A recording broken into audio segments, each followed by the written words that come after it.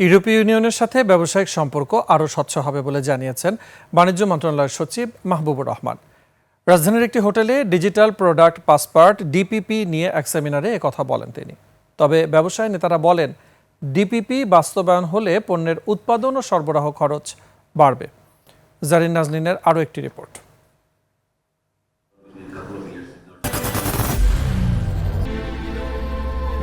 I am Ox. রপ্তানিতে ইউরোপীয় ইউনিয়নের ডিজিটাল প্রোডাক্ট পাসপোর্ট ডিপিপির সম্ভাবনা পর্যালোচনা করতেই জিআইজেড এর এই সেমিনার।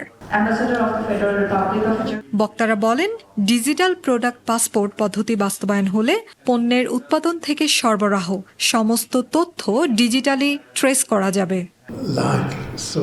একটি পণ্যের ট্রেসিবিলিটি ও স্বচ্ছতা বজায় রাখার জন্য ডিপিপি একটি গুরুত্বপূর্ণ মাধ্যম।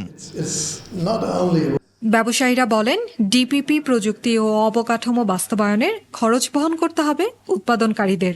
ক্ষুদ্র ও মাঝারি উদ্যোক্তাদের জন্য খরচের চাপ বাড়তে পারে। এই ধরনের পলিসি বাস্তবায়নের খরচ পুরোটাই উৎপাদনকারীদেরকেই বহন করতে হয়, যা অনেক সময় ক্ষুদ্র ও মাঝারি আকারের উৎপাদনকারীরা বহন করতে পারে না। ফ্যাক্টরি বন্ধ হয়ে যায়। এক্ষেত্রে সরকার, ইউরোপিয়ান ইউনিয়ন ও বড় বড় ব্র্যান্ডদেরকে এগিয়ে আসতে হবে।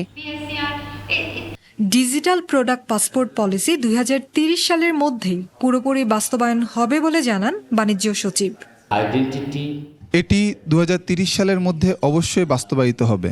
আমাদের নিজেদের সেভাবে প্রস্তুতি নিতে হবে।